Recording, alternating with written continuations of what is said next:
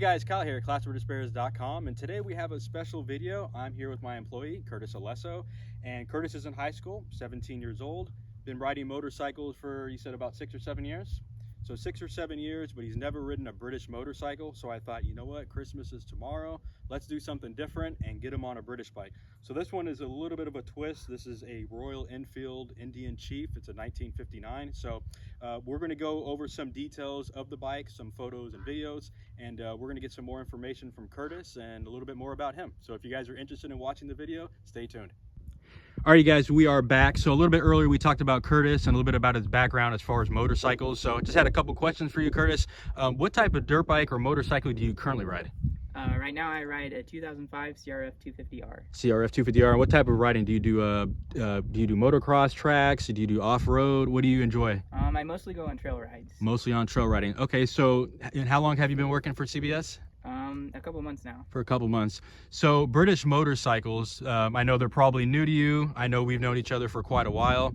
What interests you about this bike here? It's a new experience for me. It's a pretty big deal. I haven't ridden any British bikes, let alone a bike this big. What about as far as how old the bike is? Have you ever ridden it, like, you know, old Hondas or Yamahas or anything of that sort? Or this is probably the oldest one? This is definitely the oldest one. The oldest bike I've ridden is probably in 83. 1983. Yeah. Awesome. Okay. All right. So we have a little bit more information about you. Let's start going over the bike so viewers can understand. Like I said, this bike is not really popular. I think Royal Enfield only made it for a few years and sold it under the Indian. So let's go over some of the details about the bike so we can kind of get a better understanding, and also you, of how the bike actually works. All right, let's go over some of the functionality and controls of the motorcycle. We're actually going to start up at the top at the handlebars. So this motorcycle has 1-inch handlebars. It has a single grip throttle assembly. We have the brake, we have the choke. We also have the kill button. We have a steering dampener knob, if you guys are trying to figure out what that is. Ammeter, speedo. This is a switch for your lights. We have the magneto. We also have a clutch and the horn button dipper. Then we're going to move down here. We have the typical gear shifter. Now, mind you, this is a British bike, so the gear shifter is going to be on the timing side or right hand side of the motorcycle. We have the kickstart lever, and then we have a neutral finder. This is a 700cc motorcycle, and this one is sporting a 389 monoblock, I believe, or a 376, and it has a single petcock. So that's the functionality of the motorcycle. I'm just going to do a quick walk around here so you guys can get a better understanding and better view of the bike. All right, well, let's get Curtis on the saddle and go from there. All right, Curtis, so what do you think? You think you're ready? As ready as I'll ever be. This thing is a beast. What's the concern for you? I know there's a lot here. Starting it, you think that's... It's going to take me a second? That is. And remember, you have to make sure that the gear shift lever is on the right hand side. Yes. And you know what's a little interesting about this one is it's actually 1 up, 3 down. So not only is it on the, you know, on the opposite side of your dirt bike, but it's 1 up, 3 down. It's backwards. Right. So it's not like 1 down, 3 up. So, but you're good? Yeah. You ready to move forward? Sure. All right, let's do this.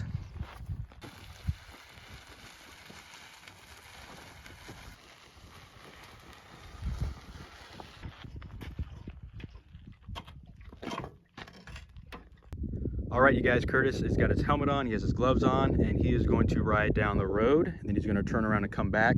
Obviously, we want to make sure that he's safe, and number 2, we want to make sure that he is comfortable on the motorcycle. So he's all geared up. Let's go. All right, so we got Curtis on the bike. So first things first, we're going to turn on the gas. Then we are going to tickle the carburetor. And since this one is a magneto, there is no ignition key. So theoretically, we are ready to start. So Curtis, go ahead and start the bike up.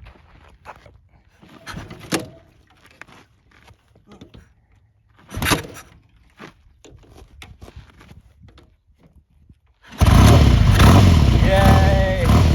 Got it.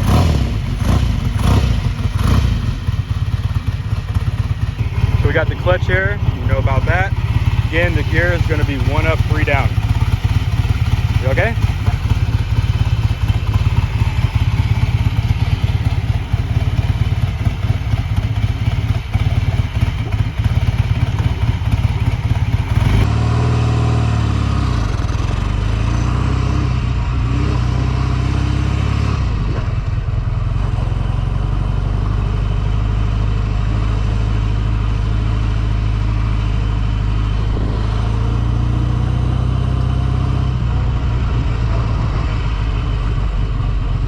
crazy.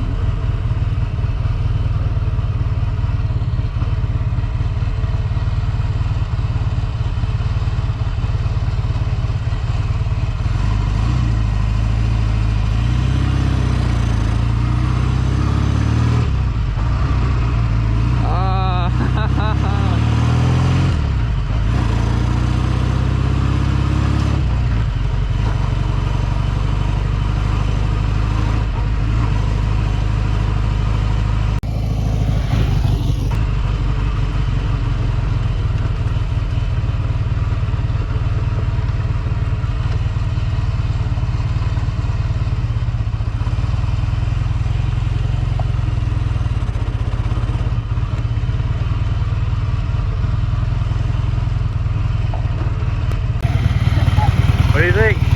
That's crazy. Wow. Doing really good, man. Wow, that was crazy. I know. No, you're doing really good. I accidentally downshifted. Oh no, it's okay. I was trying to shift up. Yeah, you definitely got to like remember in your mind that the gear shifter. It was hard. I was like, when I was hitting around, I was like, wait, how do I shift down? Like, Figured it out. yeah. All right, keep on going. I want to see some more.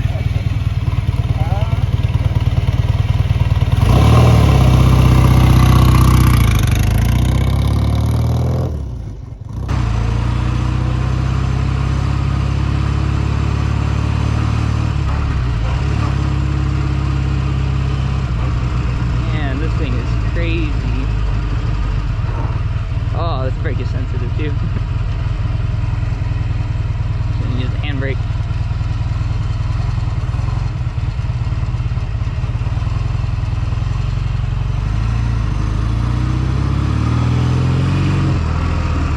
That's weird. Oh, I did it again. How do I keep doing this?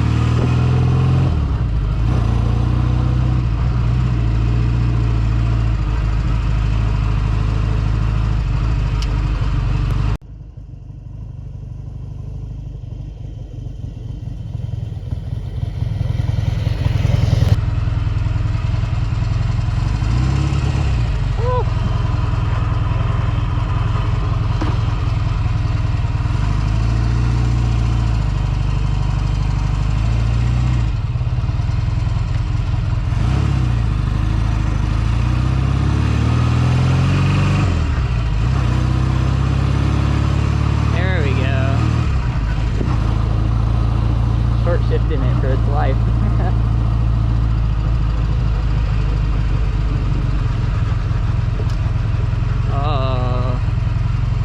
Oh, the drum brakes are weird. I don't know why, but they are. This thing is a beast, but it rides so smooth.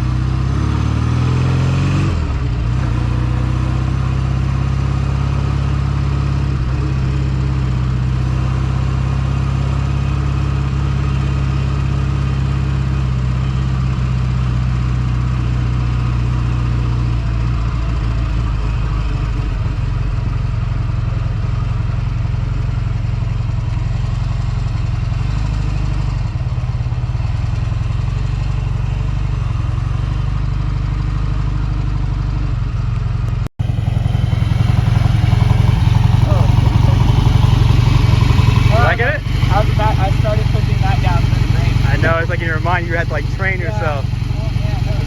What do you think so far? It's pretty neat. It's different. It's definitely different. It does ride really smooth. It's smooth, huh? Yeah. You can take it down the road if you want to go a little bit further. Alright. Yeah, take it down there. Have some fun with it. You said neutral? Yeah. So it'll be all the way up and then a half a click down. Just opposite. Okay. So, have fun.